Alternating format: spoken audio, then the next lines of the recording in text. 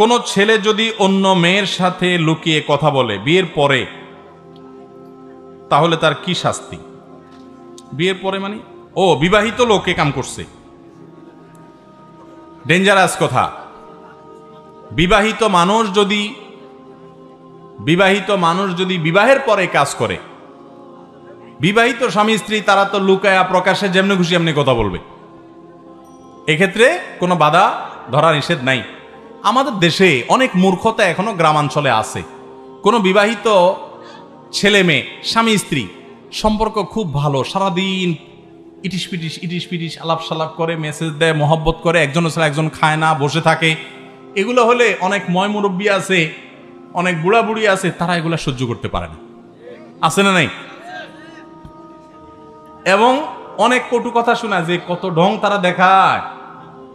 কারণ এই বুড়া বুড়ি বেচারি চিন্তা করে আমাদের জোয়ান বয়সে তো আমরা তো মেসেজ দিতে পারতাম না, মোবাইল ছিল না, হিংসা হয়।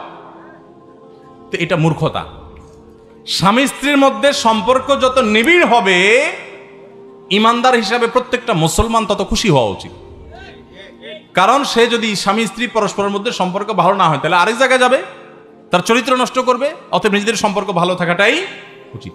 কোনো মা বাবার এটা করা উচিত না। তো এখন কথা হলো, কোনো বিবাহিত মানুষ যদি অন্য মেয়ের সাথে লুকিয়ে লুকিয়ে কথা বলে, মেসেঞ্জারে চ্যাটিং করে, এবং অবৈধ সম্পর্ক, সেটা হোক শুধু মেসেজ আদান প্রদানের পর্যায়ে, এরকম যদি কেউ করে সে গুনাহগার। আর বিবাহিত মানুষ যদি এটা করে, তাহলে অবিবাহিত মানুষ করলে সেটাও হারাম, কিন্তু বিবাহিত মানুষ করলে তার হারামের মাত্রা অনেক বেশি ভয়াবহ। বিবাহিত মানুষ যদি জেনা লিপ্ত হয়, ইসলামী শরীয়ত সবচেয়ে মর্মান্তিকভাবে, সবচেয়ে কঠিনভাবে মর্মন্তুদ শাস্তি দিতে বলেছে। পাথর মেরে মেরে তাকে রজম করে হত্যা বিচারিকভাবে কার্যকর করতে বলেছে। আবার পাড়ায় পাড়ায় মহল্লা মহল্লা বিচার যার যার মতো খেয়াল খুশি মতো বসাতে যাবেন না।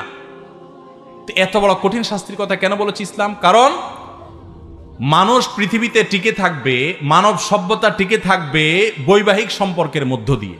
বিবাহ বহির্ভূত অবৈধ সম্পর্ক, এটা মানব সভ্যতার পৃথিবীতে টিকে থাকার পথে সবচেয়ে বড় অন্তরায়। পৃথিবীর যেসব দেশে বিবাহ ছাড়া সম্পর্ক যত বেশি অ্যাপ্রিসিয়েট করা হয়, সেই দেশে মানুষের জন্মের হার তত কম, তারা মানুষের জন্ম, শিশুর জন্ম নিয়ে তত স্ট্রাগল করছে। আপনি গোটা পৃথিবী সার্ভে করে দেখেন, এই রিপোর্ট পাবেন। এই জন্য ইসলাম এটাকে খুব কঠোরভাবে নিষেধ করে। অতএব এরকম যদি কেউ করে সে গুনাহগার।